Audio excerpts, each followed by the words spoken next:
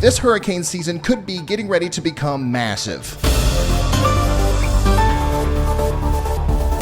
These previous hurricane seasons from 2020 and 2021 were literally record-breaking. In 2020, we saw 30 named storms and 14 hurricanes. Arguably, most notably, we had Hurricane Laura, which was a Category 4 that caused nearly $20 billion in damages in Louisiana. And then in 2021, we saw 21 named storms, 7 of which were hurricanes. And I'm sure we all remember Hurricane Ida, which was also a Category 4, and it caused major damage not only in Louisiana, but all the way up into portions of the Northeast, with several tornadoes and record-breaking flash flooding. In May, NOAA came out with their hurricane outlook for this year, and they predicted another above-average season, touting 14 to 21 named storms, 6 to 10 hurricanes, and 3 to 6 major hurricanes. So far this year, we've seen 3 named storms, and only one of those has become a hurricane, and it wasn't until it got into the Pacific Ocean that it did that. And next in line, we have Danielle, but she is currently nowhere in sight. So how does this year stack up against the past 2 so far? This year in May, we saw no named storms, compared to 2 named storms in 2020 and 1 in 2021. In June of this year, we only saw 1 named storm. Compare that to 2020, where they had 2, and in 2021, they had 4. One of those was a landfalling Category 1 hurricane. And so far through July 15th, we've seen 2 named storms this year, and in 2020, we also had 2, and in 2021, we actually had 0 up until this point of July. So it may seem like we're a little bit behind, but overall, we are still on a pretty normal track. It's what happens from this point on that makes me believe that this hurricane season could be pretty massive. It's believed that one of the reasons why we saw so much activity over the past 2 years is because our El Nino Southern Oscillation was in a La Nina pattern. And now in 2022, we're still in a La Nina, so one would expect that we're going to see a ton of hurricanes. So what the heck is a La Nina anyways, okay? The English translation means the girl, and apparently she's pretty important. La Nina is simply when the waters in the equatorial Pacific Ocean are cooler than average for an extended period of time. So why do we care about some cool water way over there in the Pacific Ocean in relation to our Atlantic hurricane season, and why does this girl have so much influence? Well, the Pacific Ocean is big, and the weather that occurs across this large area does have an effect, whether it's direct or indirect, on the weather just about everywhere else in the world. I'm sure you've heard of this thing called the butterfly effect. It's the idea that a butterfly flapping its wings and mane could effectively impact enough change in the local atmospheric conditions that compound over time and distance in order to theoretically cause a storm all the way over in China. Well, this is one big beautiful butterfly, and when the waters are cooler, essentially she's flapping her wings less. Less thunderstorm activity over here decreases the overall upper level wind activity in a large area around it, including the Caribbean and Gulf of Mexico regions. Hurricanes are the strongest storms on Earth, but at the same time, they are little bitty tiny babies.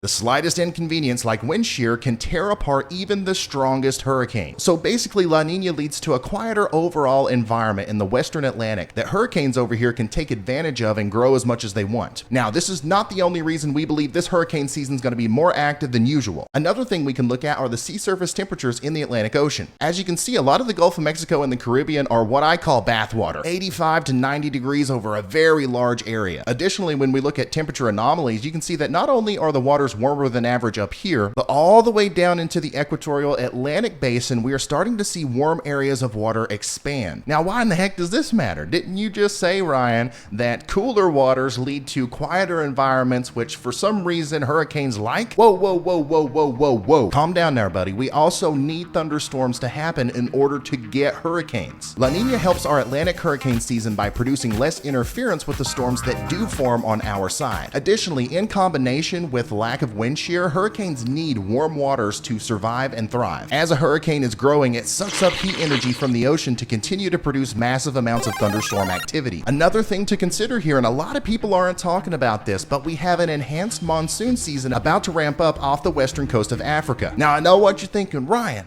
I get the butterfly woman in the Pacific. I get the hurricanes needing an ocean juice, okay? I get that. But what in the world does Africa got to do with this? Well, most of our hurricanes in the Atlantic Basin actually start in Africa. You'll often hear me refer to this area as the main development region. And the reason we call it that is because storms or waves come off of Africa and they start to develop into tropical systems over here. And I'm specifically referring to African easterly waves, which is something that we see an increase of whenever the monsoon monsoon season takes a jog to the more active side over there. Here's a look at the GFS over the next 300 hours, and just look at all of that moisture and all of that activity coming off of Africa. You see, a lot of this energy that's coming off of Africa has been and will continue to be infiltrated with dry air for the next little bit. What we're looking at here is dust that's coming off the Saharan desert, and you can see it goes all across our main development region into the Gulf of Mexico, and some of it even goes all the way up into the States. Once this lets up a little bit, and it will, our African easterly waves are going to carry a little bit more juice with them, and I believe we're going to start to see the main development region pop off with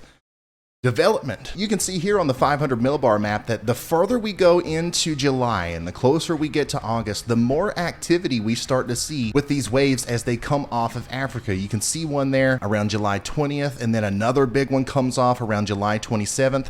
And I think that these are going to continue to happen with increasing intensity as we go into August, in combination with the deep tropospheric moisture and the recurring presence of these African easterly waves. I think we're going to be, once again, looking at some above average activity. That means that every single storm that spawns over here will have to be tracked extremely closely as they go towards the US, because the closer they get, the more favorable the environment becomes for the upscale growth of these hurricanes. So that's why I believe this hurricane season could be massive.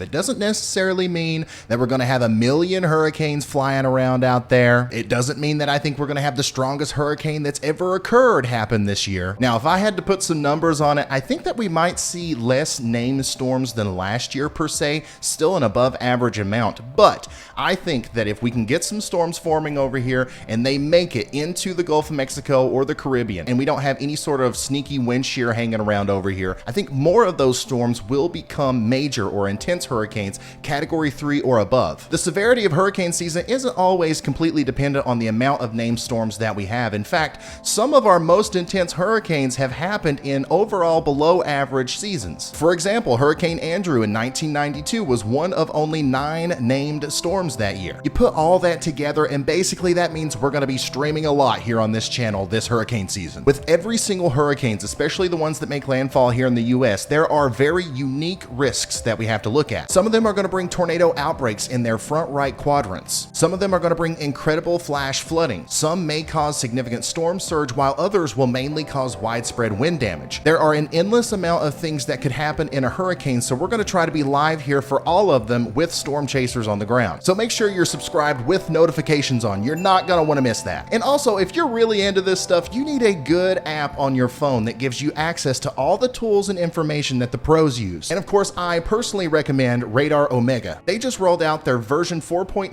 update, which basically turned the best radar app in the world into an untouchable product that no other weather app is even close to. With this new update, you can look at tropical specific models like the HWRF and HMON. You can look at that data in 3D and adjust contouring and all kinds of crazy useful stuff. They also added GLM lightning data, which is super valuable for trying to gauge storm strength, especially when you can combine it with satellite information. They've added new storm tracking features, more cyclone port live monitoring stations, and various other customizable upgrades. This is the best weather app. Yes, it costs money, but most of the time, if you get something good, you're gonna have to pay money for it. You know you want it. Make sure you click the links in the description to get it for iOS or Android, or you can just search Radar Omega in the App Store, and I promise you will never look back. I'm being serious. Ask people who've been watching the channel for years. I have been talking about this app since long before anybody was willing to sponsor me, okay? This is the real deal. This is legit. And that's all I have for you today. A huge shout out to all of our members over here. Thank you so much for being a part of this channel, guys. I really hope you enjoyed this video.